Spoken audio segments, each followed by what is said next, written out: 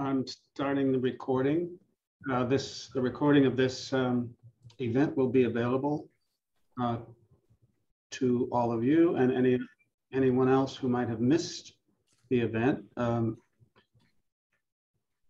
So welcome everyone to the October 2021 Housing Hangout. My name is Bruce Rich. I'm a project director at the center. Today's topic, report card, Biden administration housing policy. For those who would like some background reading, I'm going to put into the chat a link to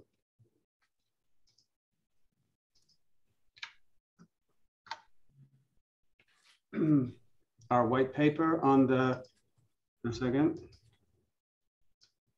I put in the chat a link to our white paper that we put together for the event. Just a couple of caveats about that.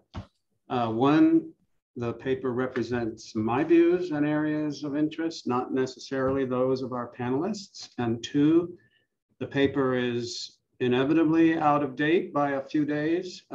It's probably out of date becomes more out of date each minute. I want to point out in particular that it discusses in detail the September 13th House Financial Services Committee bill, but doesn't address or cover the September 23rd House Budget Committee bill. I don't think it matters. I think all the versions have been thrown into a food processor, and what comes out of the kitchen, which might happen, probably won't happen today, but could happen in the next days, will be something altogether new.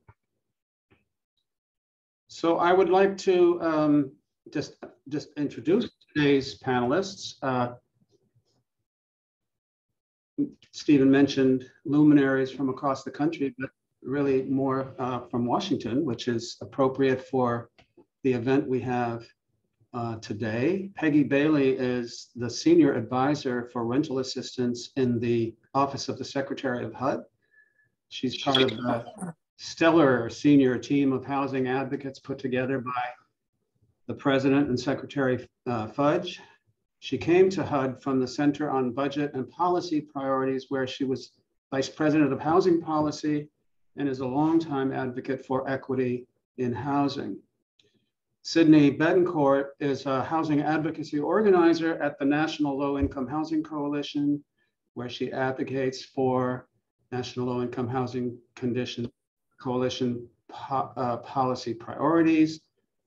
Prior to joining that organization, Sydney was a housing graduate fellow with the Congressional Hispanic Caucus Institute, where she worked on legislation relating to public housing, infrastructure, and homelessness. Tim Robustelli is a policy analyst for the Future of Land and Housing program at New America. Tim has written extensively on housing insecurity, land loss, and rental assistance, and recently has been a leading voice on the eviction crisis and the movement to improve eviction data reporting and accessibility. Deborah Thrope is the Deputy Director of the National Housing Law Project and an expert on federal, state, and local policy in the areas of affordable housing and tenants' rights. Before coming to the National Housing Law Project, Deborah was a senior attorney at the Law Foundation of Silicon Valley and represented clients with disabilities facing eviction, and civil commitment. Unfortunately, our fifth panelist, Pamela Atwood, was unable to attend. We tried to make it a little bit not entirely Washington, D.C., but a little also North Carolina centric, but that didn't work out in the end. So just a preliminary comment. When we put this event on the schedule back in December, we thought October 1 might give us enough time to make an initial assessment of the Biden housing policy. Do I still think that? Yes and no. Yes, because the scope and ambition of the proposals have been so impressive. Yes, because the housing proposals form a key part of an even larger and more ambitious social welfare and infrastructure development framework that could really revolutionize the relationship between the federal government and communities. But when we go to measure how much has been implemented, how much actually accomplished, except in some limited areas of regulation and enforcement, and we're going to talk about that, we don't really know yet. The legislative proposals haven't worked their way through. But what we could never have imagined was that these game-changing housing proposals would be caught up in one of the epic political contests of our time.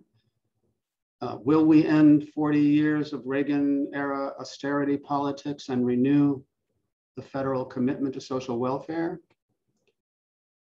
And still less could we imagine that the climax would come on the very day of our event. Even as we speak, we don't know whether some or all of it, the voucher expansion, the public housing rehabilitation, the LIHTC funding, the down payment assistance, weatherization, the housing trust fund, we don't know if any of it will even be in the bill or if there will be a bill. But regardless of the outcome, we're going to talk about the proposals and the achievements as they are as of today. And that's going to give us a lot to talk about. The format today is a moderated discussion. I will ask some questions and our panelists will respond and discuss. Audience members, feel free to put your questions in the chat as we go. And in the second half, we will open up for audience discussion and questions. The questions that I have are in no particular order. Let me start with one on emergency rental assistance. I direct this to Deborah. So there's been a recent uptick in the distribution of federal emergency rental assistance nationwide. Overall, though, the funding has been slow to roll out. Why has it been so hard to get the money out to tenants who need it the most? And why does recent legislation advanced by the House Financial Services Committee that allows landlords to apply for funding without the consent of tenants, why does that worry some tenant advocates? Deborah. Great. Thanks so much. Can you hear me okay? Okay, great. Well, first, thanks for having me here today. I'm humbled to be on the panel with such esteemed colleagues. And I will also say I'm in California, so you have some geographic diversity. I'm actually based here in the Bay Area. But although my organization does have an office in DC, obviously we do a lot of federal housing policy advocacy. So first, thank you for the question. So many of you have probably read about the slow rollout of the emergency rental assistance dollars. This was really a key strategy to preventing evictions for families across the country. It was unprecedented, the amount of money that Congress funded for this emergency rental assistance, which is really important given that there were millions of families behind on rent throughout the pandemic, and many of them still are. But, again, it's been a very slow rollout, and it's really important to ask the question, why? And I think there are a number of reasons for the slow rollout of the emergency rental assistance dollars. So first, the federal government infused a lot of money into a non-existent infrastructure, right? There are no programs throughout, very few programs throughout this country already in existence that provide this type of dollars to tenants, right? There's longer term housing supports like the Housing Choice Voucher Program that's administered by housing authorities, but very few state and local jurisdictions had existing infrastructure to get these dollars out the door. So, we're really building it from scratch. And so you can't underestimate the amount of resources that it takes to do that, across thousands of jurisdictions in the country. So, that's one of the big reasons. Another reason is, along with the lack of infrastructure, around emergency rental assistance, the landlord-tenant system itself is flawed. And that's something that really surprised a lot of people that were working on this throughout the country. Providing money to landlords is really important to help with back rent, but it sort of assumes that the landlord wants to keep their tenant housed, which isn't always the case. And really doesn't take into account sort of the landlord-tenant system itself, the eviction system, right? Which oftentimes is very skewed towards the landlord. There are many eviction laws that really, benefit the landlord, let alone, you look at eviction court and there's a number of, landlords represented, whereas tenants tend to have very low representation.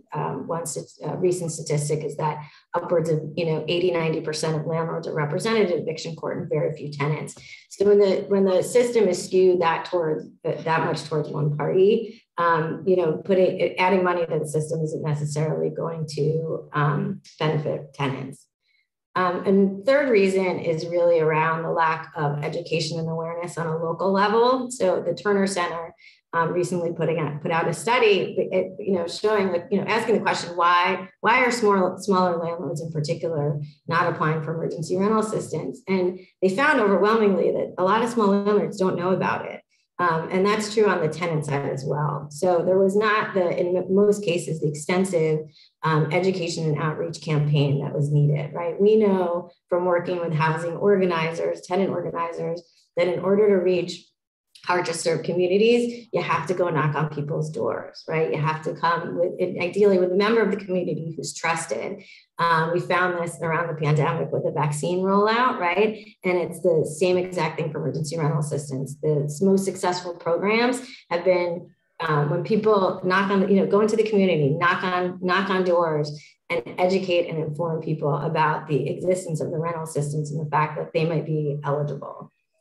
And again, this goes for landlords and tenants as well. There's been a real issue around education.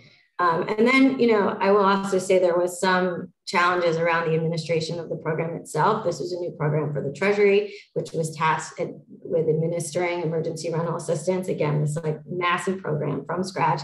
And it's been a work in progress, right? Treasury has learned a lot along the way. One really important example is the idea that, a tenant has to, in order to be eligible for the assistance, show that they are in fact behind on rent, and they have to show exactly how much. So they need to produce documentation around their income and how much rent they owe, which can be really hard for families, let alone a lower income tenant during the pandemic, who may not be able to easily access, let's say, documents from their employer showing that their income was reduced.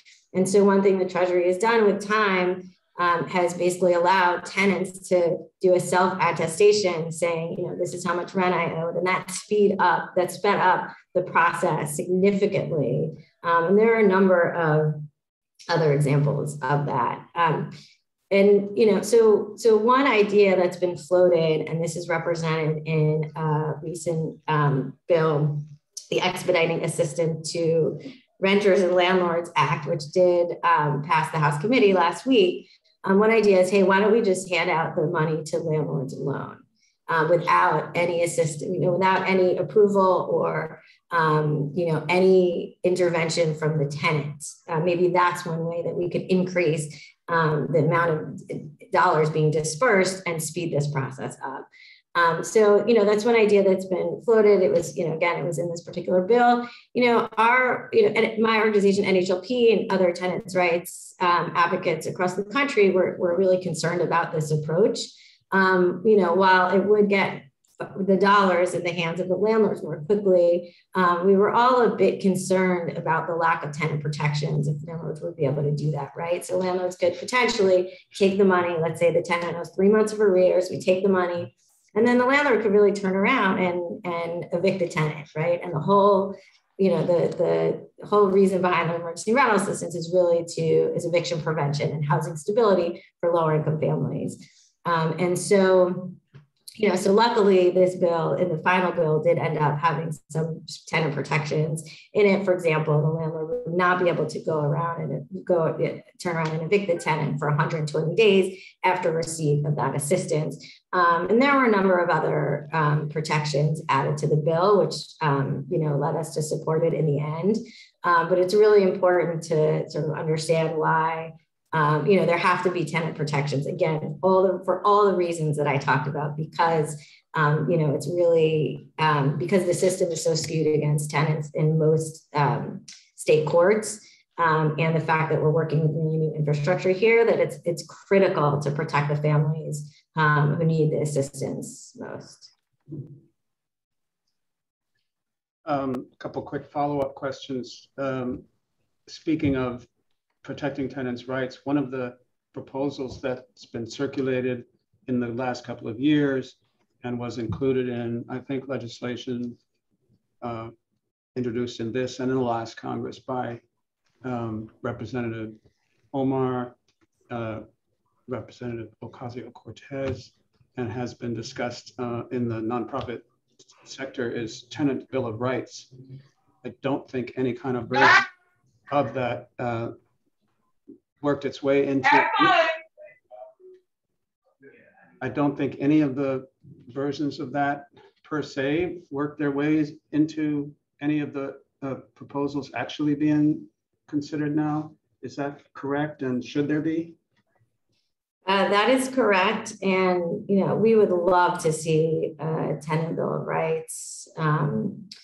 It's hard because what we're working with right now, the existing infrastructure bill and the fact that it would be passed through reconciliation has made it really challenging to include, to get in a lot of really, really key important tenant protections. We have a lot of concerns around that. The top line numbers that we're seeing are absolutely incredible and unprecedented, and would go a long way towards, chipping away at the current affordable housing crisis. But we're sort of, our hands are tied behind our back in some ways, in the sense that, anything that goes in that infrastructure bill has to pass something called the Bird Rule, which is a very technical rule that says, you can put conditions on the funding. So for example, if there's funding for, increasing the supply of housing, you can put some conditions on that, but they have to be really related to a condition of the funding itself. So, something like a standalone tenant bill of rights likely wouldn't survive in the current infrastructure package, again, by way of reconciliation. Although, we've really lobbied Congress hard to include some conditions attached to the funding itself. So, for example, we're doing a lot of advocacy around the massive amounts of dollars for public housing rehabilitation. We strongly believe that, if housing authorities, for example, and private developers are going to benefit from the funding in this, the mass amounts of funding in this bill, there should be some tenant protections attached to it, right? We should be able to not only preserve the housing itself, that's, the housing authority should replace all the housing. We shouldn't lose any units because of, these funds. But it's also critical to protect the tenants themselves so that they're able to benefit from these dollars, right? You have to ask yourself who's going to benefit. So, we would have loved to have seen, some of those provisions in the final bill, and hopefully it's something, those are real champions for affordable housing and tenants' rights, and hopefully it's something that we'll see resurface, later on in the session. The other quick follow-up, you've described how the infrastructure for administering rental assistance has been painfully put into place, with involving thousands of local partners. With that now coming into being, should we put on the policy agenda for the future a permanent rental assistance program, as opposed to an emergency COVID rental assistance program? I'm so glad you asked that question, because emergency rental assistance is an incredibly affordable and efficient way to prevent evictions and prevent homelessness. It's it's really a key policy that can help address the affordable housing crisis and really like increased housing stability among lower income families.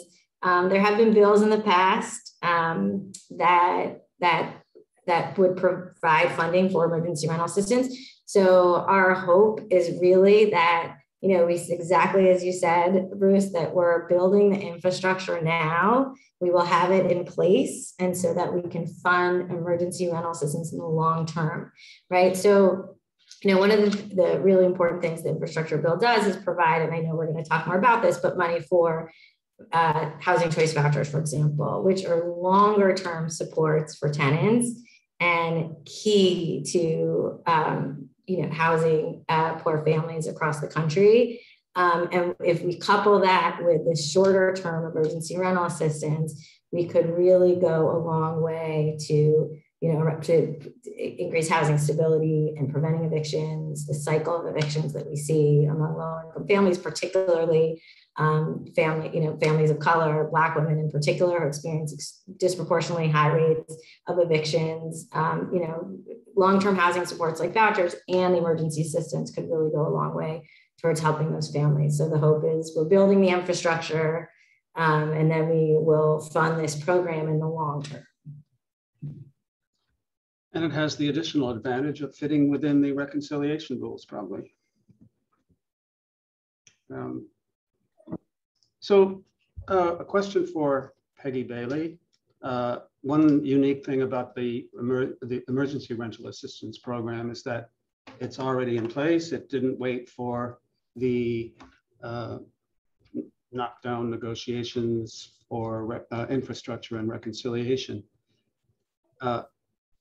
There might be other things that fall into that category of things that could be done or are being done without waiting for congressional approval. There's still rulemaking in fair housing, perhaps in other areas that has been done, other executive action, enforcement. So the question to Peggy is, what can HUD do? What is HUD doing to move the national housing policy forward without waiting for Congress? Well, thanks, Bruce, for that question, and thanks for inviting me and HUD here today. Well, first, I want to take a step back to talk about the other funding that's already out in the world. That's not only the Emergency Rental Assistance Program, which, to be clear, is run out of the Treasury Department, but also other Treasury resources like the State and Local Relief Fund that was $350 billion spread throughout the country, that has very flexible uses that can help, that can go toward housing related activities, including helping with things that maybe the Emergency Rental Assistance Program funding can't pay for, especially since in the first bucket of emergency rental assistance, there's very tight limitations on how much of it can be used for administrative purposes and for services that aren't related to services beyond just paying for rent and utilities. So, I think it's important to think about all of these resources. And then at HUD, as a part of the relief, the rescue plan from earlier in the spring, there are the emergency housing vouchers, which are directed specifically to people experiencing homelessness, people fleeing domestic violence situations, and those who are at risk of homelessness. We anticipate that as the program ramps up, we'll be able to send out about 70,000 vouchers in the end through that program. And public housing authorities have the first tranche of those vouchers in hand and are directed to work with community partners, including the Continuum of Cares locally, in order to get referrals into the program and make sure people can receive vouchers. A key piece of that, so as Deborah mentioned, there are a lot of limitations on the reconciliation approach.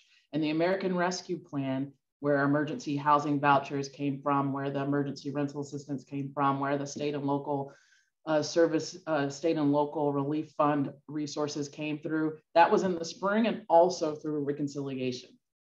So while it's all about spending money and we weren't able to put a lot of program parameters around it, the good thing is we have a lot of flexibility in how we administer the program. And the way that HUD administered, particularly the emergency housing vouchers, is insight into where we're hoping the voucher program in particular could move toward, right? It shows a recognition that housing authorities need resources to serve those who are at most need of housing. We have significant administrative fees available for housing authorities, and we give some of those up front because we know that they need them before the person is housed to help them get housing, help them connect with services, help incentivize landlords to participate in the program. And we provide other flexibilities. There's people can get housed and then they have a period of time before they have to have all their documentation squared away, with another recognition that people experiencing homelessness, so people in general, you don't always have your Social Security card available. You don't always have your birth certificate available. Understanding that housing someone quick was really important. And we've learned lessons from the homelessness world about how hard the barrier documentation can be. And I would say the secretary took a lot of incoming on that decision in particular and has stood very firm in understanding that, look, this is important to be able to make programs work for the people that they serve. So I don't want to just brush aside all the resources. There are so many resources particularly from the appropriations bills at the end of last year and the recovery package to really focus on to build a strong foundation for the things that we can do. So then, so aside from legislation moving through the Hill right now, as Bruce mentioned, there are making it easier for people to access housing is first and foremost in the secretary's mind, and ending racism and discrimination and taking accountability at HUD for the racism and discrimination that we have perpetuated over time, and understanding that we have had a history of that that has prevented people from being housed. So first and foremost is addressing fair housing, the Office of Fair Housing and Equal Opportunity is working on the next steps around the affirmatively furthering fair housing rule and how to take what was published in the Obama administration and update it and bring it into as a priority for this administration. Looking at the disparate impact rule, the first thing that we did was stop progress on what was done in the Trump administration, and now we'll be looking at how to move that forward. And racial equity in general is a mandate from the president to make sure that we're doing everything that we can to reverse racism and discrimination and increase and decrease the inequities that any of our programs have. The other tools that will be coming down the pike, obviously, are our regular programs, right? The homelessness assistance grants and recovery efforts, recovery resources that are available through there, and our disaster relief efforts. There have been significant ways that in communities that have received particularly community development block grant disaster relief resources, they've used those resources to be a foundation for innovation as well.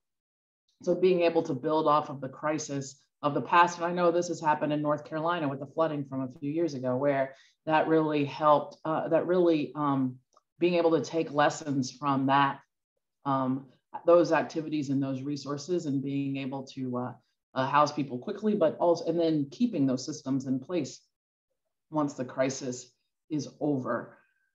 I think the last piece is that we're really trying to do at HUD is strengthen HUD in general and strengthening HUD staffing and strengthening the work of the field offices, being able to build off of the great staff that are across the country in local offices and growing them and supporting them so that they can be your first line of defense whenever anything happens, whether it's a fair housing violation, you're struggling with your housing authority, a disaster happens, that we recognize that the field offices are our first line of defense and should be the first go-to in the community to address housing needs.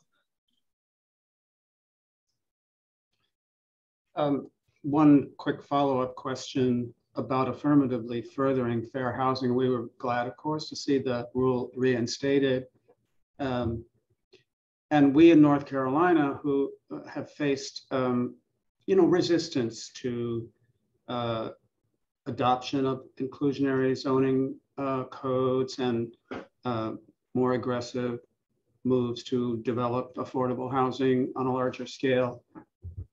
And we'd love to see that rule deployed in such a way as to put pressure on local communities to do more. Do you think that there's reasonable expectation in the next couple of years that in places like North Carolina, we'll see some affirmative enforcement action from federal government on affirmatively furthering fair housing? Well, nothing about the rules or future work at HUD should make you think that there's a pause on affirmatively furthering fair housing. There are violations that are happening now, and that's why I think the field office and the fair housing staff in the field offices are that critical first step. I don't want to say anything that makes it sound like we're not doing fair housing now. As the Secretary says, the Fair Housing Act is the law of the land, and it is her mission to make sure that it is enforced.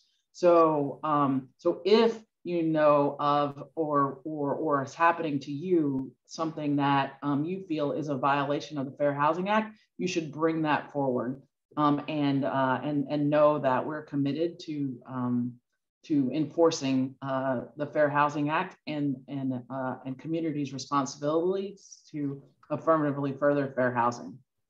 So that said, when it comes to zoning, you can see in the American Jobs Plan, which is now, as in Bruce's paper, he did such a great job of articulating the different names for the same thing. And that we are also now calling, that's also really the Build Back Better agenda, what the administration's approach is on zoning. But we've really taken a step back and realized that there are lots of communities that want to do better when it comes to zoning, but often aren't supported. The places that are doing good, we praise and they do well. The places that are doing bad, there's a push to punish.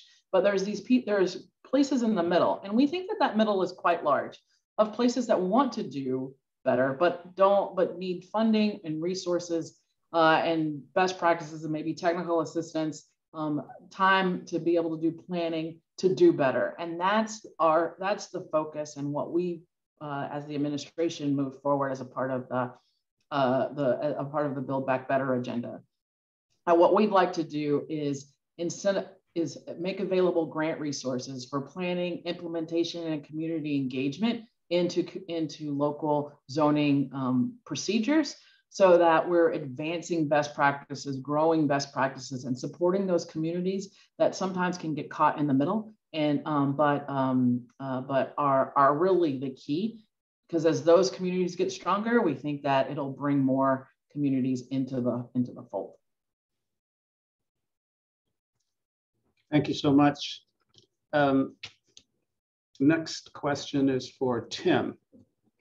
Let's talk about home ownership. The Biden plan, by whatever name, has several initiatives in it to promote home ownership, and particularly low-income home ownership, and provide assistance to first-time home buyers. You've been doing some work in that area, and you've been doing some work in our neighborhood. Can you tell us about that and how it relates to federal policy?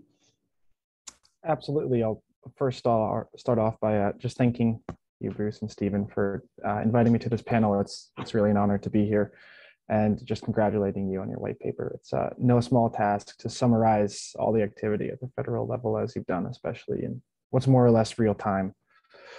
To provide some insight on the research that we're doing, yeah, we're partnering with the Center for the Study of Economic Mobility at Winston-Salem State University, so in neighboring Forsyth County in Winston-Salem, to look at accessibility of financing, or I should say the lack of accessibility for financing to what we're calling small dollar mortgages. And that can range, anywhere between $50,000 to $150,000. And what we found is that, there's difficulty for first-time home buyers, especially in low-income communities, to access mortgages when it comes to sort of lower value housing, which is often sort of the first step for families and households into homeownership and into that wealth generating opportunity that can sort of span generations, and part of that comes from regulations passed after the financial recession in 2008 and afterwards, Dodd-Frank, and sort of the caps that banks can place on the fees they charge for lower cost mortgages, small dollar mortgages. And, that's a result of some of the predatory lending that we saw during that crisis. It also sort of plays into how hot the real estate market is right now, and the fact that there's lots of offers on houses and other properties, and many times sort of cash buyers have a competitive advantage to speed through some of the processes when it comes to purchasing a home, and oftentimes that can be investors or folks who have capital at their disposal. That's not low income households who often need down payment assistance or need to go through lengthy application processes for mortgages. So we've been doing that type of research at the local level in Forsyth County. And I know that Urban Institute in particular has been doing some great work at the national level about that. And we've seen some movements federally about that, in no small part, we think, because a lot of folks from urban have transitioned into HUD and other parts of the federal bureaucracy and administration. There's been some movement at the federal level to sort of remedy this, looking at some of the regulations at FHA, and also trying to free up a bit more financing. I know that Biden in his announcement in late August, some of his points were more financing, more accessible financing, also looking at manufactured and low volume housing. So I think there's a few things going on at the federal level that can eventually inform what's being done at the local level. A follow-up to that, I think you may have been referring to this when speaking about the advantage of cash, of purchasers with cash. But one of the, what that makes me think of is some of the corporate buyers who have been snapping up lower priced homes across the country by the tens of thousands and converting them to rental, to not just rental, but corporate rental properties. Is that part of the sort of policy terrain that you're thinking about when thinking about home ownership? I think so, yeah. And I know that that's something that the administration's talked about as well, sort of looking at federally backed properties that default on their loan payments and sort of giving an advantage in the market to first-time home buyers over those corporate actors. And, it's the corporate actors are, there was a great Slate article the other month looking at the percentage of homes that they're buying, and it's around 15 to 20%, which is not insignificant. But I think what's more important is they're really buying, as you said, Bruce, sort of those low to medium value houses that are the type of properties that first-time home buyers would really be targeting. And then the conversion to rental properties is a whole problem unto itself, especially how they deal with landlord-tenant relationships, how there's that lack of sort of a local relationship building I could go on about that for a bit longer, but I'll stop there. Thank you so much for that. Let me put a question to Sydney. Sydney's an organizer, and we always have interest and questions about how can we mobilize our neighbors and colleagues here in North Carolina, the people who are attending this call and the people that they work with. What can we do to help push forward these policy initiatives in regard to rental assistance, public housing, national, the trust fund and all the rest of it? What can we do? Yeah, of course. But firstly, I also want to thank you, Bruce, for inviting me here, along with all the other awesome panelists. And yeah, so to get to your question, there's a lot of different strategies that you all can use. I know sometimes, especially as somebody who just started organizing a couple years ago, I remember the first time I reached out to a Congress member, it was kind of scary, but then I realized that I'm not actually talking to them, I'm talking to like their staff as a whole. So that's important to know. You're always talking to people just like yourself. So firstly, there's different methods. One thing that we do encourage folks to do is to definitely email or call their congressperson's offices. And really, it doesn't matter which one it is, whichever one you're most comfortable. I know a lot of like our younger organizers are very in touch with like social media, and Twitter is also another good way to reach out to your members of Congress. And if you ever need like any talking points or anything that you need help saying, the National Low Income Housing Coalition has some text for that. Obviously, we have our own policy priorities, but other national organizations also have talking points that they can share with you all if there's like a particular area of interest that you're interested in. We do have a email template that I can share with you all. You don't have to like use it verbatim. We actually encourage folks to share their stories when they're reaching out to members of Congress as well, because when you're telling somebody that you want money passed for a certain bill, they're most likely to remember your stories and your lived experience versus the actual numbers that are being brought up. But here is, oh, give me a quick second. Okay, so here is the email template that you can use when reaching out to members of Congress. This will actually connect you directly to your members of Congress via email. However, there is a link on that page as well that can send you to your Congress members' phone number so that you can call them as well. And if you ever need like Twitter information or like other social media information, I can share that with you all too. And my email is right there in the chat. In addition, I know that Bruce shared that I was a housing advocacy organizer with the National Low Income Housing Coalition. So a lot of the work that I do is connecting with folks as yourself in the field.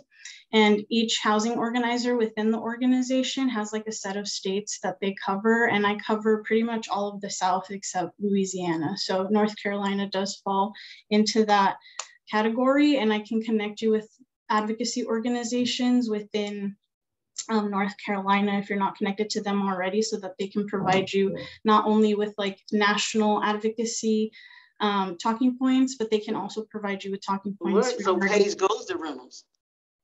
Oh, it's okay, Iris. It happens to the best of us. So I definitely love Zoom. That has been like my favorite part about doing this. But as I was saying, the North Carolina organizations can definitely connect you to do more state and local and city jurisdiction advocacy work as well. And one thing that I would highly encourage folks to do right now is, as you're reaching out to your members of Congress, definitely reach out to those that you're seeing in the news that are causing like barriers towards passing an infrastructure package, because those are usually the ones that we're having like the hardest time reaching out to for anybody that's in leadership, or for example, one important member in North Carolina would be Alma Adams, because she's on the Housing Financial Services Committee. And even though she is a newer member on the committee, it's important to reach out to those folks, because they'll be able to like elevate those issues to the chairperson and make sure that they're being heard.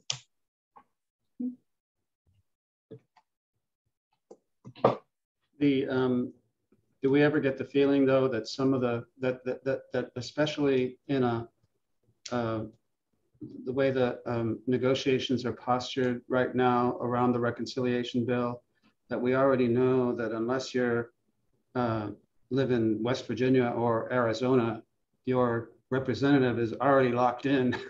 I know that's an exaggeration, but is there some truth to that? I mean, right now, it's really about mobilizing the folks on the ground. I know there's like a lot of negotiations happening within both Senate and House leadership. The process itself, even for folks who, and I've only been in DC for a few years, so I don't really know a lot of like the lingo, and I'm still learning it myself as well. But I've also found that folks who have been here for a while and have worked on congressional issues for a long time are also very confused with what's happening right now, because it appears that they've been trying to put the infrastructure package or the infrastructure housing investments within the reconciliation bill, and then they're splitting it apart and going back at it. And it's honestly really confusing. And because there's so much confusion as to like what's happening, it's really important for advocates, like people who, again, have lived experience and people who don't have lived experience, to actually call their members of Congress and make sure that they're hearing about these issues. Honestly, the louder we are, the more they're going to pay attention to this, and they're more likely to include these housing investments in the infrastructure package, regardless of whether it gets past the reconciliation bill or not. Definitely happy to answer more questions about that. I feel like it's definitely been a crazy week for us. Yep. Well, we're going to move on to another topic, housing choice vouchers. This is a question for Deborah. We've already started today talking about vouchers. Biden campaign proposed universal vouchers, been referred to as an entitlement, as a solution to housing instability and homelessness.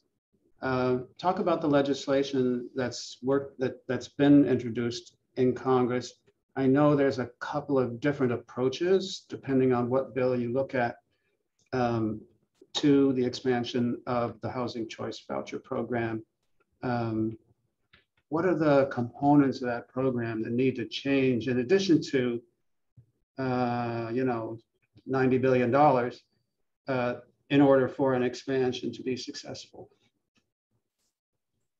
Great, thanks so much, Bruce. So, as you said, the Biden campaign, sort of one of the core housing goals was providing a voucher to every eligible family, which would basically increase the number of vouchers by about 17 million. Call it an entitlement, call it a universal voucher program, but the idea was to really bring vouchers to all eligible families across the country. So it's a key component of Biden's housing agenda, but importantly, a key component of Biden's race equity agenda, right? Because we know that 60% of low-income families who pay too much rent, so more than half of their income in rent, those are people of color, families of color. And we also know that Black and Latinx families have disproportionately high rates of homelessness, right? So increasing the number of vouchers on the street is really a key component of Biden's housing agenda, but also it's a race equity issue, right? Too many families are out there struggling to pay rent while they also pay for groceries. Vouchers are a key component of this, any long-term plan to support families, because, unlike some of the other housing programs, right, vouchers are mobile. So they're really important to providing housing choice to families, and also what we call mobility. So families can use the voucher in the private rental market and live in the neighborhood of their choice. And there's a lot of data right now, around showing basically that where we live matters, right? Your zip code is a key determinant of the number of social and health outcomes. So the Build Back Better plan, as you said, did include this. The Build Back Better agenda included $90 billion for new vouchers. I think it was $75 billion for housing choice vouchers, and then $15 billion for project-based vouchers, essentially. So expand. It would expand the voucher program significantly. I think the estimate was the Build Back Better agenda would serve about 1 million households nationally. So this is the part of the Biden's plan that did end up in the infrastructure bill, right? So there's $90 billion for vouchers, but it's really important to note that falls far short of the initial plan of providing a voucher to every eligible family. And so again, it's a significant increase. And, even when we saw initial negotiations around the 2022 appropriations, we also saw an increase in the number of vouchers. So those are really important numbers, but sort of again, against this backdrop of a program that would provide vouchers universally, it kind of gives housing advocates pause. Like, why are we however many days, 250 days into the administration? I don't know the exact number, but why are we this far in and already we're abandoning our plans to provide vouchers to every eligible family? So that's really, that's something that's given sort of us pause. There was a proposal for universal vouchers that came from Maxine Waters, but again, that also didn't make the cut for the infrastructure bill. And it's significant for poor families across this country, especially because what we do see in the infrastructure bill, importantly, is a lot of measures to increase the supply of housing across the country. But that's housing that will never be available for the lowest income families, because a lot of that housing, to build a lot of that housing, we use the low-income housing tax credit program, for example, which simply does not serve the poorest families.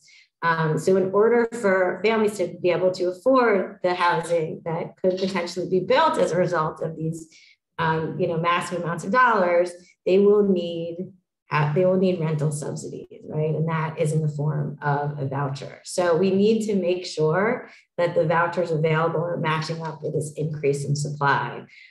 So, again, top line numbers look great, but it's really important to think about sort of, how many families that will impact in light of the increase in supply. But even with incremental increases in the program, it's also really important to think about how we can change the program to make it work for more families, right? Because the voucher program is an incredibly important tool to house families in what HUD calls higher opportunity neighborhoods. So those are neighborhoods with high performing schools, reliable public transportation, and quality jobs. But what we find across the country, as the housing markets become tighter and tighter and it's more competitive, it can be really hard for voucher families to use their voucher. And when they do use them, oftentimes they are ending up in substandard housing. And so as we increase the program, even if it's on a slower, even if it's at a slow pace, we have to address the inherent issues with the voucher program itself. And there's a number of ways to do that. I'll, talk about a few. Importantly, a big one is we need to make it illegal for landlords to refuse to rent to voucher tenants, right? So that would create basically a non-discrimination requirement, meaning that if tenants shouldn't be discriminated against just because they're using a housing choice voucher to pay their rent. Why should the landlord care? And that's something that exists in about 120 jurisdictions, state and local jurisdictions across the country. But we would have to see some national effort to prohibit, we call it source of income discrimination, across the board for all families as we increase the voucher program. We also need to make the value of a voucher compete with market rent. So what we find is the way that HUD calculates rents generally doesn't keep up. I mean, you all know, you're attending this call, so you're probably familiar with the fact that the housing market is bananas, right? I mean, it's like, it's impossible to keep up with rents. You know, I'm in California, I'm in the Bay Area, right? I mean, rental data goes out of date, you know, in 2 minutes. And so really important to make sure that the vouchers are keeping up at that pace and that you're allowing tenants to compete with tenants just like you would in the, you know, in the private market. Also important to think about incentives for landlords to participate because it's not a requirement. So there's jurisdictions that are doing some really innovative work around this. But just making it enticing for landlords to want to participate in the program. We also know mobility counseling works for tenants, so providing services to tenants so that you know, they understand their housing options, and you know, maybe neighborhoods that weren't as familiar to families before, you know, having some education around that and explaining the benefits to families of moving to a neighborhood. For example, it's a family with kids with you know, with certain school districts. And then the last thing I will say is just around like reforming the program itself. You know, important to note that there's there's shy of 4,000 housing authorities across this country, and the public housing authorities, PHAs for short, are the bodies that administer the voucher program. Not all 4,000 administer the program, but a large number of them do. Some are just public housing authorities, but you know, a vast majority of them have housing voucher programs. And so the administration itself creates a lot of barriers for tenants to freely move around, right? Again, the cornerstone of this program is that you take your voucher, you use it in the private rental market in a neighborhood of your choice. And because there's so many housing authorities, some, you know, some for a specific city, and then there might be a county one, it creates a lot of barriers for families to move around freely. And so it's critical to think about regionalizing these agencies, you know, improving the administration, streamlining a number of the processes and policies of these agencies just to really benefit families themselves, so they don't have to go through all this, you know, red tape, for example, to move from one jurisdiction to another. So Bruce, I'd like to build off of what Deborah talked about. And one, you know, Deborah, I just want to make sure that folks know that we have not abandoned the goal of having universal assistance. You know, incrementalism is the way the federal government works right now. But one of the biggest things, though, are that the things that Deborah mentioned as structural challenges, I would say, with the program aren't nothing. Those are huge things, and so there's a concern. So we need to think about what it would mean to put more money into a system that needs to be fixed. You know, we can't. I'm not speaking for myself, but speaking for the administration, right? We have to think about what does the foundation of the program look like, and how does it need to change to support a universal structure. And so over the next few months, you know, HUD and the administration will be, the other piece is that we didn't want to do this without engaging proper stakeholder feedback, right? And having a stakeholder process to think about those big challenges, but there are also smaller ones that might be that we need to make sure that we're hearing from all the stakeholders, and making sure that particularly people who need rental assistance or are currently receiving rental assistance have a voice at that table. So that's something that we're figuring out how to stand up now as we speak. It's a priority for the secretary to make sure that particularly the customers that we serve have a voice in how we design these things. And so I encourage you to think about that, right? And be ready for when we start to engage in that stakeholder process. But I want to double click on the challenges that Deborah mentioned, that we really have to kind of think about what we have to think. We have to understand that in order to reach an environment where we have a universal program, we're going to have to make some hard decisions about how the program changes to support that. Let me ask a follow-up that would be directed to both of you or to all of you about the voucher program. it's a philosophical question. It's probably not on the immediate policy agenda, but my question is, the voucher program is aimed at supporting mobility and housing choice. An element of housing choice is mobility. The obligation of landlords to accept vouchers would certainly promote that by allowing people to move to neighborhoods that until now have been somewhat redlined by landlords who don't want to move voucher holders into those presumably more affluent, whiter neighborhoods. Other national housing programs also support dispersion of low-income housing, reversing the concentration of low-income housing and, well, the concentration of poverty in certain neighborhoods. Should mobility be a key objective of housing policy, or would it also be responsive to the circumstances of low-income families to deploy resources to improve the neighborhoods that people already live in? And what would that take? Would it take a recommitment to public housing?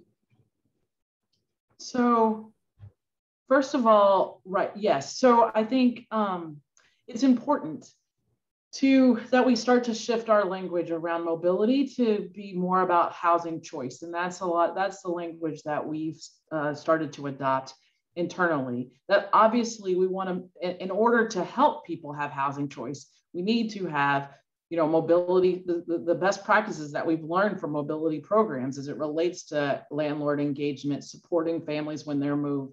Largely the way that I think about it is helping housing authorities see themselves more as a safety net and service provider than simply an administrator of rental assistance. And as you can tell from our budget proposals, supporting housing authorities in that and recognizing that the resources are needed for them to have that to fulfill that role and that expectation.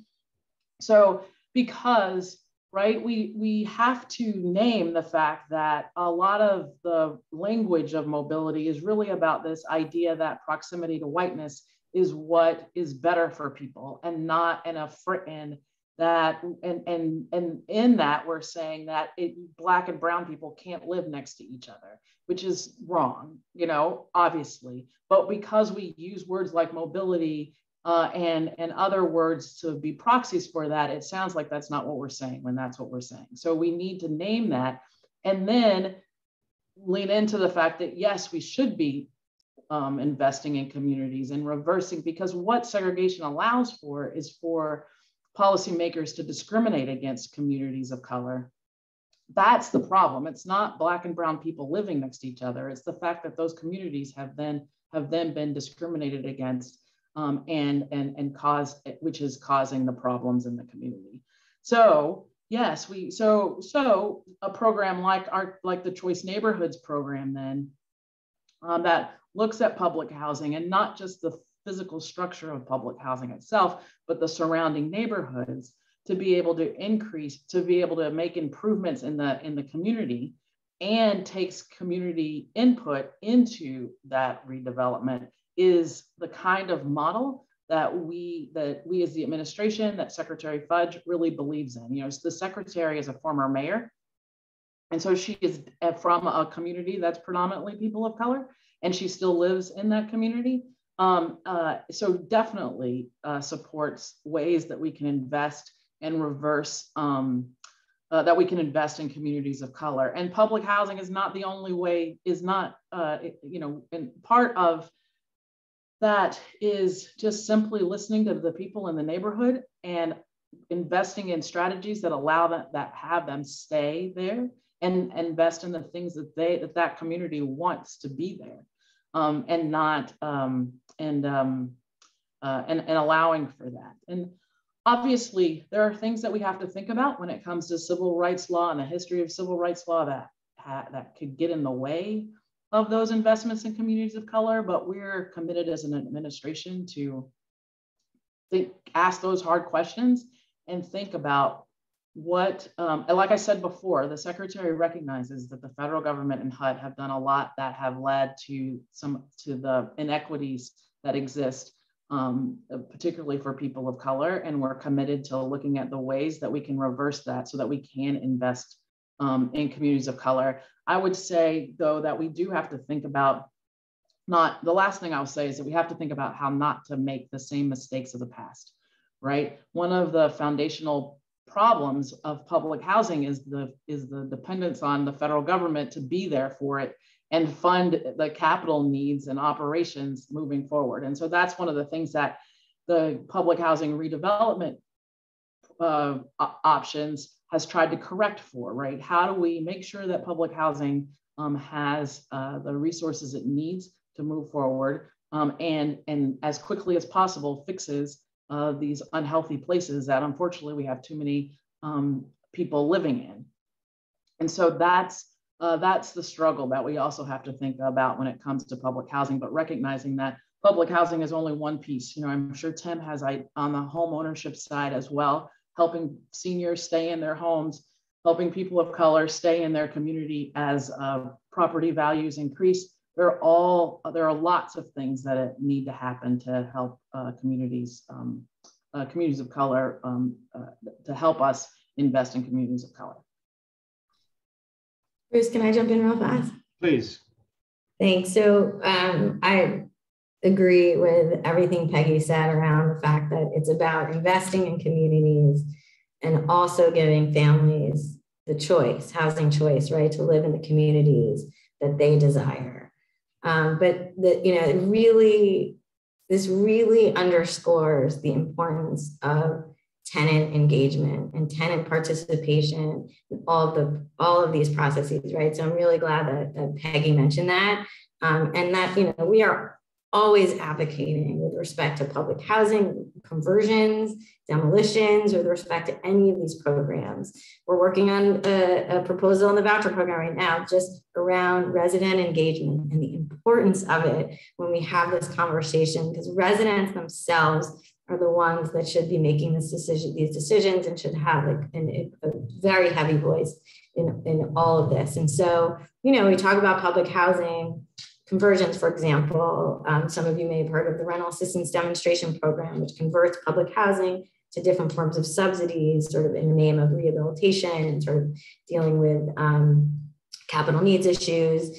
So as those buildings convert, there is a public participation process required. There's resident engagement that's required. But what we find in a lot of the time is that it's really a bunch of check boxes, and that the tenant engagement that HUD requires isn't necessarily always meaningful. That doesn't mean it's not meaningful in all cases. What it means is in a lot of places where there's, you know, not a Sydney who's, you know, working with the organizers, or there's, you know, not a robust resident advisory board, we find that the tenant voice is lost. So it's great to hear HUD's commitment to really, truly, meaningfully engaging tenants in these processes, particularly when we talk about public housing, because that voice is the most important in the room. We talk about sort of, you know, investment in neighborhoods and you know, housing choice. I just want to stick with this for just another minute. Let me take it the next step in the inquiry, and picking up on Peggy's comment about we need to do it the right way this time. The voucher program, the Light Tech program, and even in a way the RAD program pushes us toward private ownership and management. Where I keep coming down is, are we giving up on public ownership of housing? The Homes for All bill and the Homes Guarantee all called for, and social housing advocates have been calling for, you know, 12 million new publicly owned or nonprofit housing units. That may be a long-range sort of visionary goal, but is that a goal that we should keep on the housing policy agenda? anyone. Well, so I want to push back just on a little bit, right? That in the public housing space, when it comes to particularly the RAD program and some of the other repositioning programs, it's not necessarily, it is more often the case that that the units stay publicly owned, or at least nonprofit owned, so that they're not necessarily, while private investment is brought into the property to develop it, it is not the case that by and large, and obviously the voucher program then comes to the table as the operator of the funding. It is not the case that the property itself is necessarily privately owned. So, and that nuance sometimes gets lost. So I want to be really clear about that. I think the other, so to be clear about that, so that, you know, as HUD, we're definitely committed to public housing being operated by public and nonprofit sources, because it's very important to protect the long-term affordability of the housing, given the federal investment that goes into it. So that, other than that, I will leave it to others to talk about the private and public ownership of housing.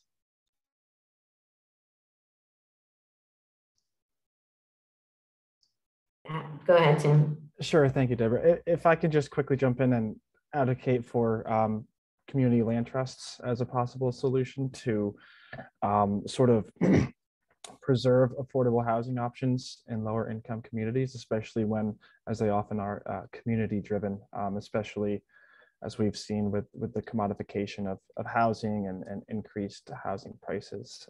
Through our research, we've seen that's a pretty attractive option at the local level. So just wanted to add that comment as well. So is it, Bruce, do you mind if I Please address this issue? Thank you. This is a really important issue, and you know, there's a lot at stake with this infrastructure bill with respect to public housing and privatization.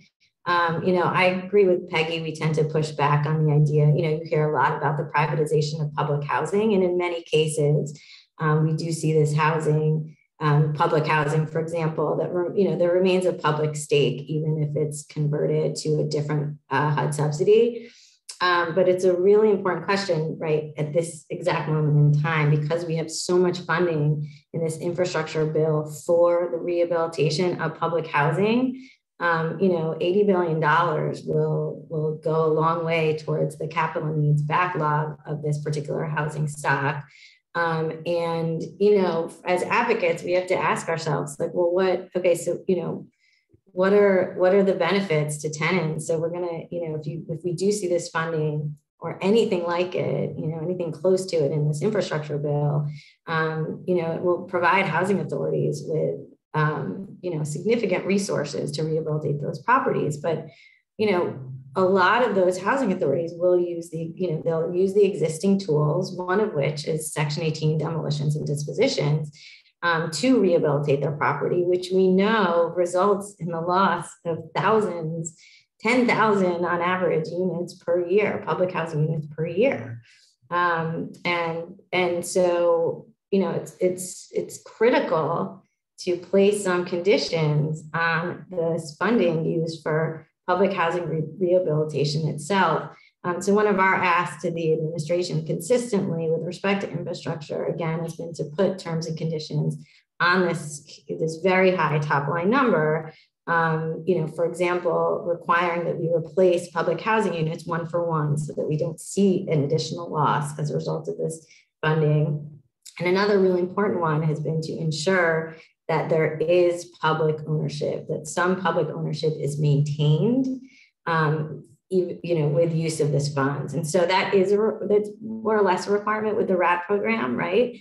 But we don't have that requirement for any of these other conversion mechanisms right now, which means that if, you know, this would impact a huge portion of the public housing stock. So what does that mean? We could see with no other, conditions on it, we could see not only the loss of housing, but the loss of public ownership.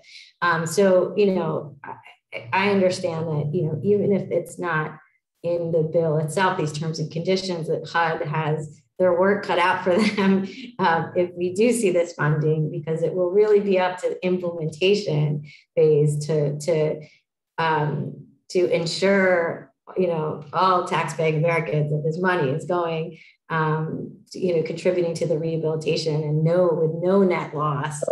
And that it remains truly public. So Peggy has her work cut out for her in the event that we get some funding here. Because that's a key point, right? For a lot of reasons, the RAD program gets a lot of attention. It's new. It did have a lot of problems at the beginning, but I think it's really important for all of you, because you obviously care a lot about housing policy, to be on a call like this, to understand that actually some of the things around it's the other ways that public housing is repositioned and redeveloped that have some of the things that RAD gets criticized for, like like a lack of tenant protections, staying in public control, not maintaining long-term affordability, not having a one-for-one replacement. There are several ways that public housing gets redeveloped, and RAD has been flexible enough to be able to learn from the lessons of the past. It's a lot of those other ways that sometimes people think is RAD that aren't, that are the ones that give RAD a bad name. And so I want to be part of all the tools play important roles, but I want to make sure that I want to be part of the charge that helps really explain what RAD really is and what it's not. Thank you. And to be clear, I wasn't trying to suggest that RAD was a conversion of ownership, just the conversion of a privatization of management. I was more concerned with LIHTC and the voucher program pushing toward private ownership of low-income housing. But I think we're out of time for that very big topic. We have just a few more minutes for one more question. I'd like to direct it to Tim, and it's about the eviction crisis. Back to that crisis, which is the most, arguably immediate of all the ones we're talking about. The moratorium has gone into the books of history. We're seeing it happen, increase home loss. But we don't know, we don't know all that much about the amount of the home loss and homelessness and eviction that's happening right now. The US lacks adequate data on evictions. How can the Biden administration support creation of more robust eviction data systems nationally and locally? Thanks, Bruce. That's a great question. And as you said, very timely. We've talked since the beginning of this crisis and the economic downturn that there's this coming tsunami or cliff or tidal wave, however you want to term it, of evictions and emergency rental assistance, and not only the federal moratorium, but also state and local level moratoriums has really helped to sort of stem that tide. And as you said, the federal eviction moratorium expired in late August. There's still a number of protections at place at the state and local level. And from what we've seen from the data that is available, there hasn't been the tsunami that a lot of us have been predicting. And I'll caveat that by saying, that we don't have good data for most of the country. Eviction Lab, which does a fantastic job of collecting and aggregating data in sort of their COVID tracking database, you only have about 25% of the country. So what's happening in the other 3/4 of the country? How can we understand the trends there? And we think that the collection of eviction data at the local level, eventually aggregated to the state and federal level, could be a really powerful tool in directing aid, understanding where locally. It's happening. Research shows that evictions can be very localized, even down to, a single apartment building in the census tract or a block group. That's at the neighborhood level, really driving up rates. So with available data, that would allow us to target eviction diversion programs, rental assistance in a more efficient manner, we believe. And there's movement at the federal level.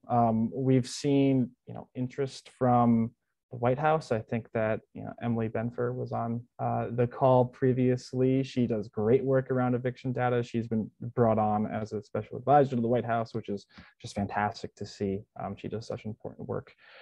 There's also been a number of bills introduced in Congress. Most recently, I think about a week ago, a representative from Connecticut introduced the We Need Eviction Data Now bill. It's pretty clear in what the need or what the purpose of that bill is, to create a national database. From the executive branch, what we think would be most useful is really pushing for technical guidance, funding to set up infrastructure and staffing at the local level to really set up these localized eviction data systems, because often the courts, the city and county, the governments, the housing administrations just don't have the time and resources to get these things going. They're collecting this data through court docket systems possibly, but they don't have the ability right now to aggregate it, analyze it, maintain it, whatever else you'd like to do with the data. So federally, I think what we'd like to see at New America is more guidance, more funding, and more technical assistance. I will. First, can I add? Oh, go ahead, Sydney. Go ahead. I was just going to add really briefly. I know Tim has like a really good outline, and I was like reading through this as he was explaining it too, but I think it kind of like goes into like what we can do like in the future. And there's obviously going to be a lot of steps to take in order to implement this like nationwide and making sure that the data is standardized. But I know that when we're looking at it like at a more local level and like what's happening right now, and us trying to make sure that we get like the most accurate data per city, per county, it gets difficult. And eventually there will be staff that have to be hired to like analyze this data. But for example, there is a program in Texas where in Harris County, in Houston specifically, like where they're looking at using volunteers, or they are using volunteers to go into like these Zoom like court cases like happening live, sometimes in person, and they report back and they use that data. Luckily for them though, they had like a volunteer that set up the data system for them in the back end, so they weren't like they didn't really have to pay to get that data system set up. But you will see like a lot of folks across the country using like third-party folks to set up like their data analysis, which is why I really like the recommendation of like standardizing everything so it's not like all different everywhere, especially for national organizations such as NLIHC who like do this type of research. It kind of gets hard to keep track of those things at different levels and stuff, but definitely utilize volunteers in getting this information. It'll be really helpful. I would say that since Emily, I think Emily might had to drop off, that a main focus of the administration at the moment is working with the Department of Justice and within the court system. So flagging what Deborah mentioned in the chat, that's the way that we are seeing communities are making the biggest impact over when it comes to eviction. So Houston is doing this, and so is Philadelphia with housing counseling service providers in the courts, so that there's more of an eviction mitigation strategy that's developed. And what Philadelphia has done is in the court system, they've said an eviction can't move forward until a tenant has at least tried to get emergency rental assistance. The tenant and the landlord have tried to get emergency rental assistance. And that has made a huge difference because now the landlord has to accept it. And it's helped the city get their resources out the door. And those are the types of strategies we also think could play a huge role in the long term. What I keep saying is, we know that there are mental health and drug courts and these specialty veterans courts and specialty courts, Well, eviction court should be, instead of so punitive, it should be more of a services oriented court that's there to help tenants stay housed and help landlords get paid. I'm just gonna, just because I want to say a quick thing, just that around the data piece, really important to note that we don't even have data on evictions from HUD housing, for example. So, you know, I think there's some, you know, there's the broader data problem, but you know, the administration, there's a lot, and there, you know, I know it's early on, and the really wonderful sort of list of things that they're working on, but HUD, we could gather data alone on HUD tenants, right? We don't know the number of public housing tenants that are being evicted. We get asked this question by, you know, reporters all the time. We say it doesn't exist. Tax credit tenants who are being evicted, voucher tenants who are being evicted. So that's like one small piece of this, right? It doesn't, you know, talk to the overall broader issue around private tenancies, but a small piece of this is we could start pretty easily tracking data about HUD evictions alone. And that would go a long way to helping us understand the problems and really strategize around solutions for poor families. Let me break in. We have 1/2 hour left, and I want to make sure we get to the questions from the audience that have been coming into the chat. Stephen has been collecting those, and I'll ask him to put some of those out here. Thanks. And before I start with the questions, I'm going to give a quick plug for New America. There's a link in the chat to 8 recommendations for improving local and national eviction data. Yulia just actually sent this out again this morning. We're excited to be part of that effort to get better data. We're collecting local information, but to nationalize that would be very complex. We're getting weekly updates from North Carolina's administration of the courts as to how many cases are pending. And we've just finally gotten our hands on weekly dockets of court cases to be able to do interventions on the ground. From Cecilia Crawford, we had a question about the Landlord Act. I think Deborah answered that question in the chat, but Deborah, did you want to follow up anything on that? No, just that was the bill that I referred to from Maxine Waters, who's trying to address the slow rollout of emergency rental assistance. So we support the bill, but it essentially allows the landlord, it does a number of things, among them allows landlords to apply directly for the assistance without any verification or any consultation with the tenant. Teresa McDonald asked a question, is there a trend in some areas of the country, such as Arizona, Florida, and Texas, for so-called built to rent? And I would say also here in North Carolina, seeing builders building single family to be middle cost, affordable rental. Any observations on that? That wasn't directed to anybody on the panel, just anyone who can. Well, it's definitely a trend that we're seeing across the country when it comes to single family housing, and something that we're thinking about at HUD as it relates to both the housing supply piece and just figuring out what oversight we either have authority to do or should be thinking about over those that housing, that part of the housing market. I can say locally, we've seen about a 5% drop in home ownership in single family, shifting over to rental here. Harrison Spencer asks, I hope that some of the housing, or makes a statement, I hope that some of the housing programs focus on fathers, non-residential fathers, housing for better outcomes. The family dynamics have changed and some do not reside in the same home. Family is bigger than one roof. How are we constructing households? We know from census data that what a family has changed dramatically in the last 20 to 40 years. How does that relate to housing policy?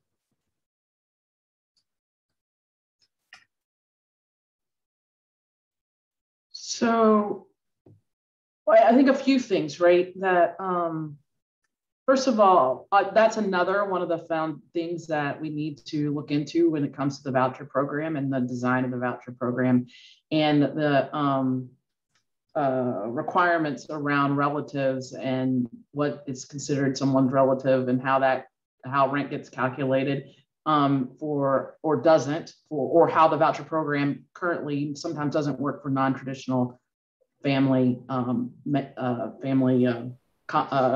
structures. So that I would add that to the list. I would say for the question in the chat, right?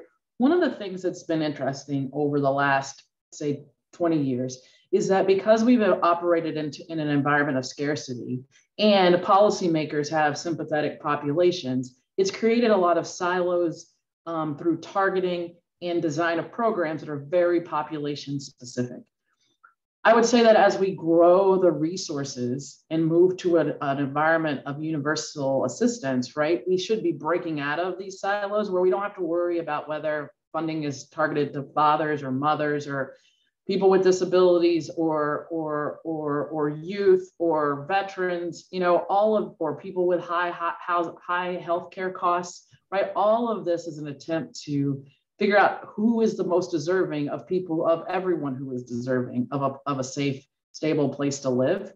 So I would, so that would be my response in the chat, right? That, we're not, as an administration, we're not trying to prioritize moms or dads or or others. We're trying to get to a place where we don't have to make those choices anymore. That with where housing works the same as basic Medicaid does, that if you qualify, you get it. And that's what we're trying to move toward that day. Okay. So I just want to add one quick thing to consider. It's also really important to think about eligibility and screening criteria among our affordable housing programs, because there are a lot of programs that just by nature of their screening process screen out fathers. One I can think of in particular is screening related to criminal history, right? We know a disproportionate number of Black men in this country have arrest records. Even arrest records that don't lead to conviction can screen you out of all of the federal housing programs.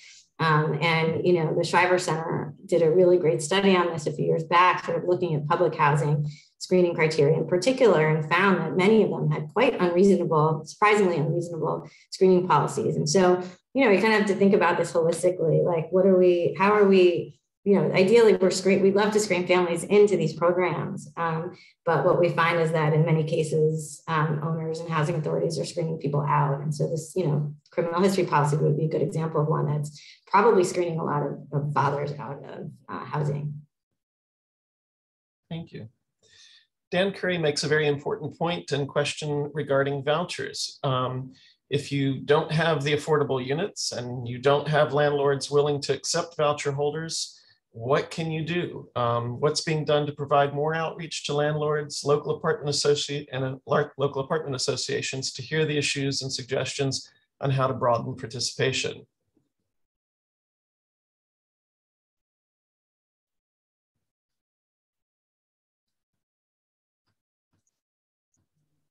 So I didn't want to always, does anybody else want to, or should, so I think I can put in the chat, the Urban Institute has done some great work in this space. And should he be confirmed, Solomon Green has led a lot of work in this space with the Urban Institute, and he is the president's nominee for Assistant Secretary of the Policy Development and Research arm at HUD.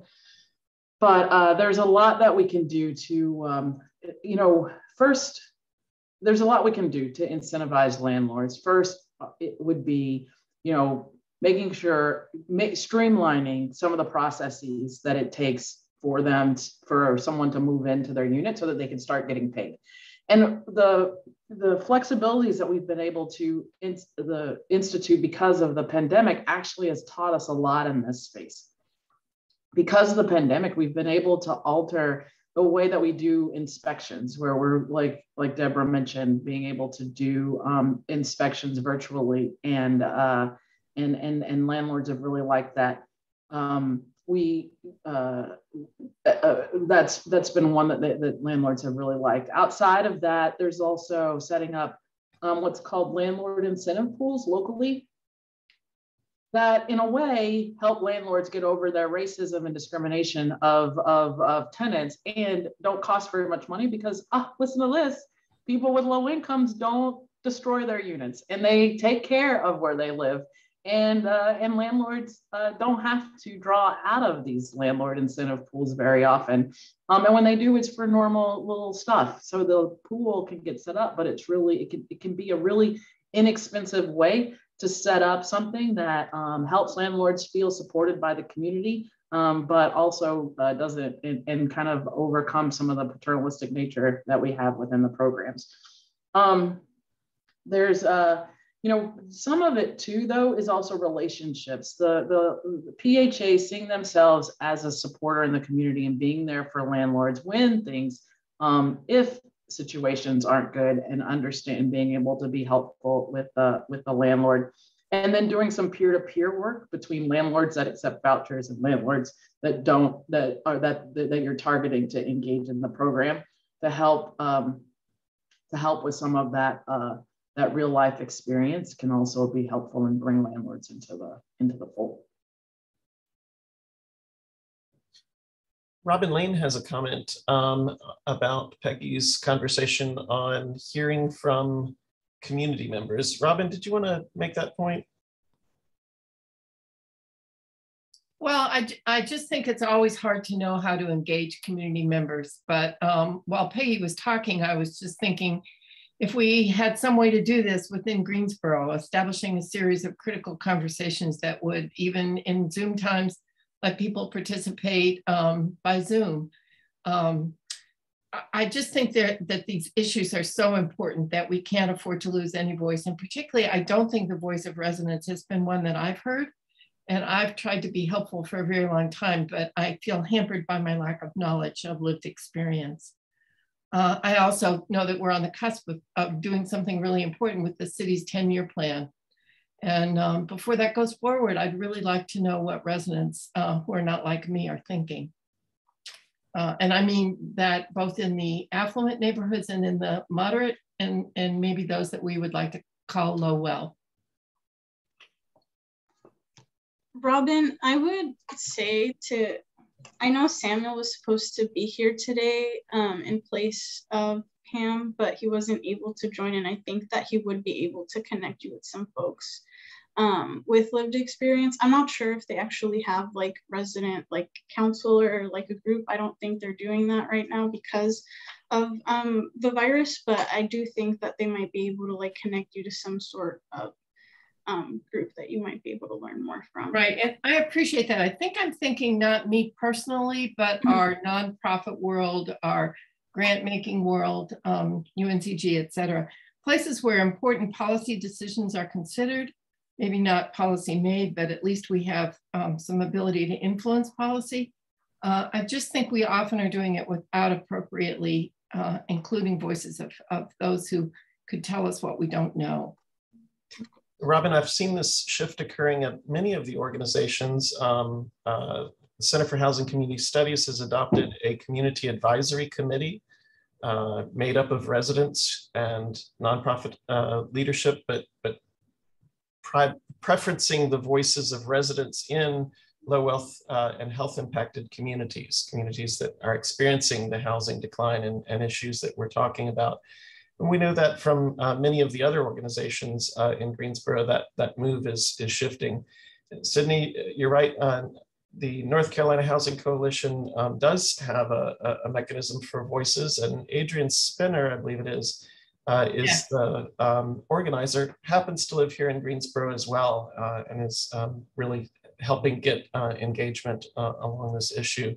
Guilford for All is another group that is resident-led and promoting more dialogue and discourse in the community on these issues. I think Cindy Brady at Cone Health has dropped her information in the chat there as well in trying to get some community input for their efforts. Cindy, did you want to jump on there?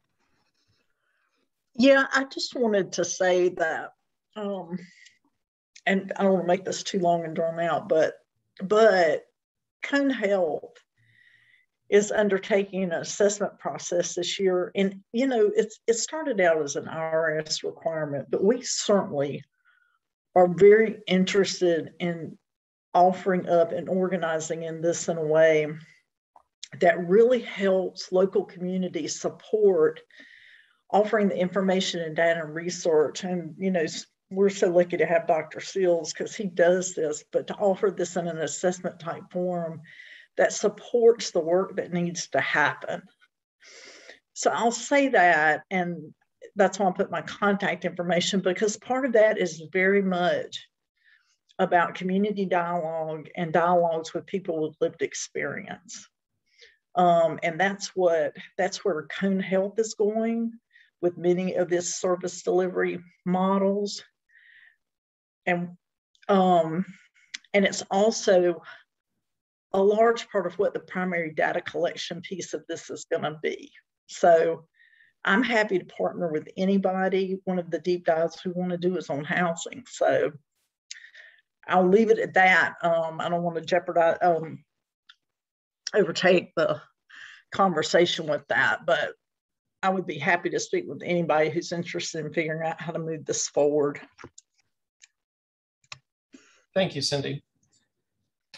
Our next question was from Bob Kohler. What's being done to monitor banks in regards to redlining certain areas in cities that limit granting of loans for home purchases? And maybe this could be a discussion about Housing Mortgage Disclosure Act data, how that data has been a little bit more refined recently. It does have a geographic component that allows us to know that banking, though colorblind, really does create redlining situations for many communities who don't have access to mortgages.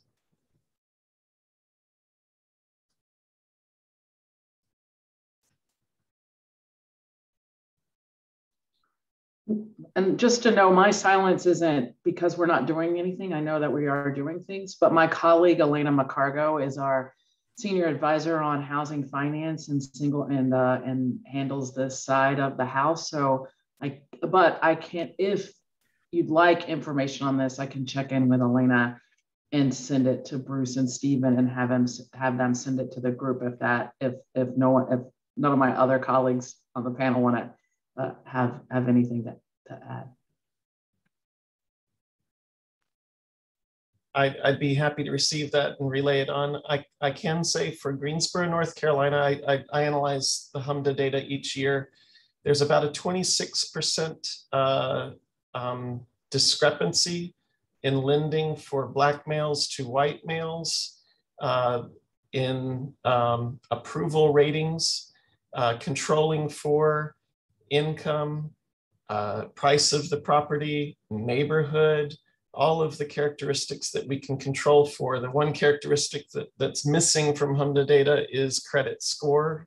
We do know that credit is a key element in the denial rate. When we map those denials, we see that particular neighborhoods in Greensboro that had been historically redlined are the same neighborhoods that lack access to capital today.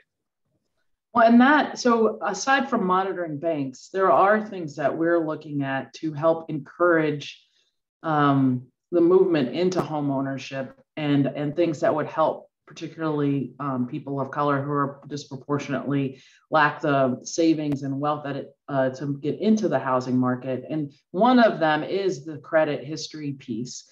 A woefully low percentage of renters or a high percentage of renters do not have a credit history at all, or have a credit history that would be improved if their rent, the fact that they pay their rent every month, was a part of their credit score. This is one of the pleasures, actually unexpected pleasures of my job has been getting to know my colleagues at the Consumer Financial Protection Bureau.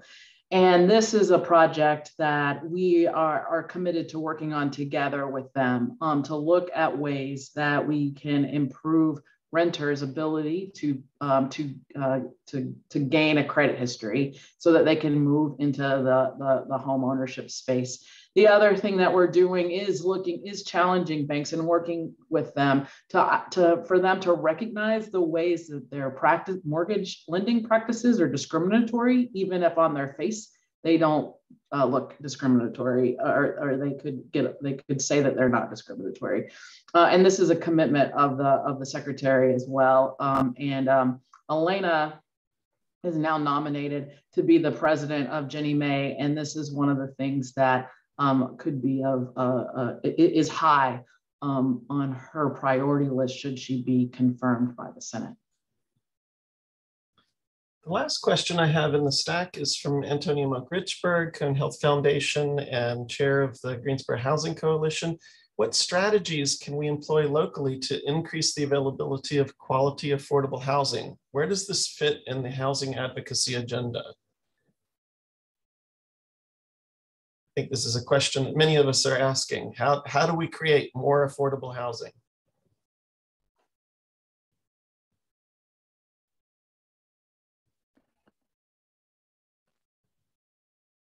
Deborah, Tim, any great ideas? It's a great question. Got a lot of ideas. I think it's critical. Like the supply issue is a really good one. I'd be interested to hear, maybe there's someone on the call who's local who would talk a little bit about, local policies themselves to see sort of what are the barriers, because in every community, there are certainly barriers. We talked a little bit about zoning barriers earlier on the call. But the supply question is a really big one.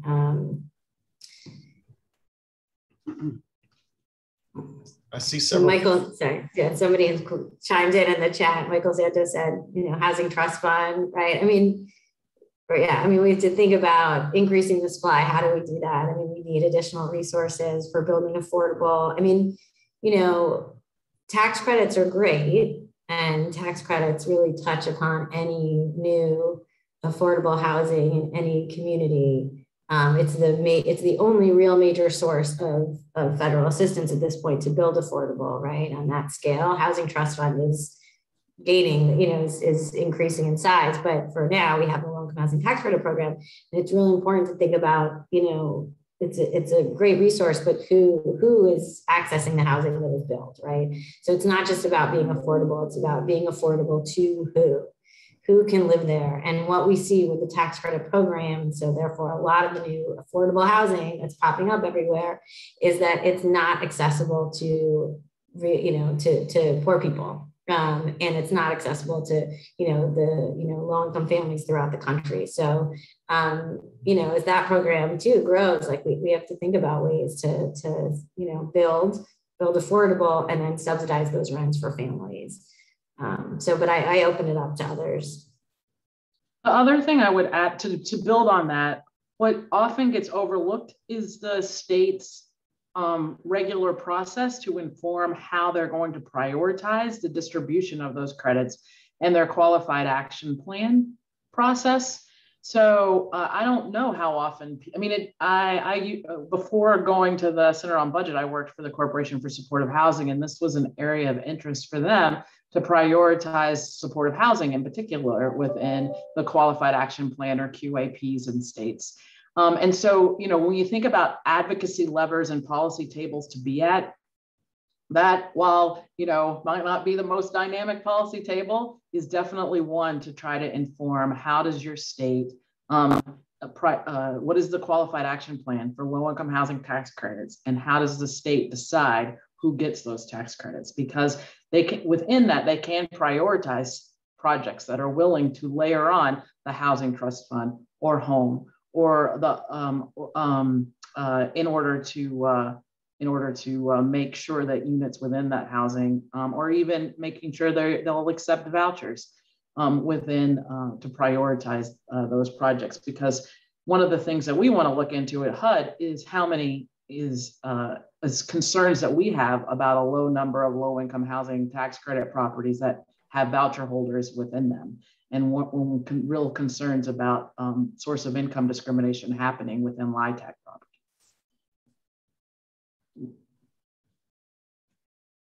Beth brings up the point that we do have a serious issue with NIMBYism in our area. Part of this is zoning related, part of this is protecting local housing values or the perception of that.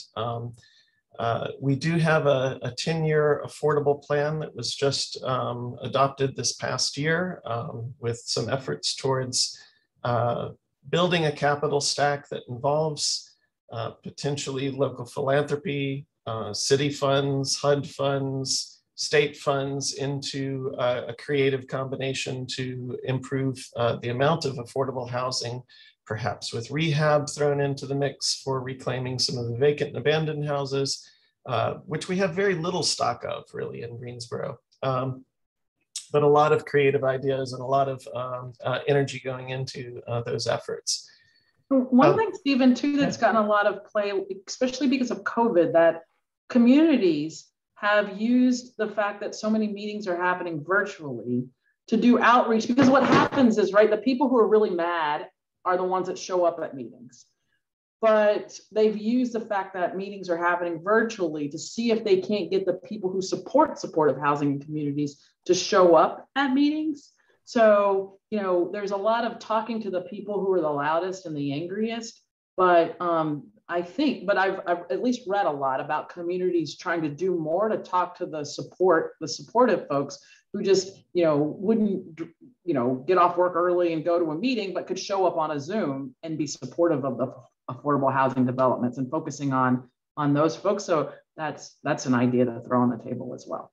Excellent suggestion. Thank you. Bruce, do you want to wrap us up? I will. We have run out of time.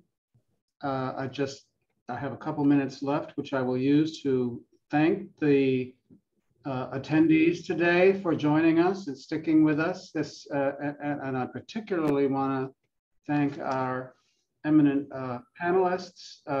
You've done a fantastic job, and we really managed to cover a lot of ground.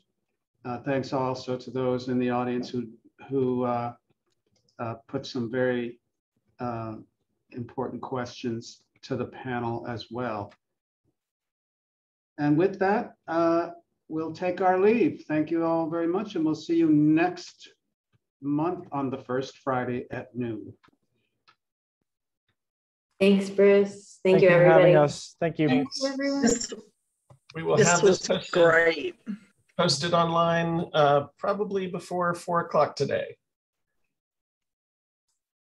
Bye-bye.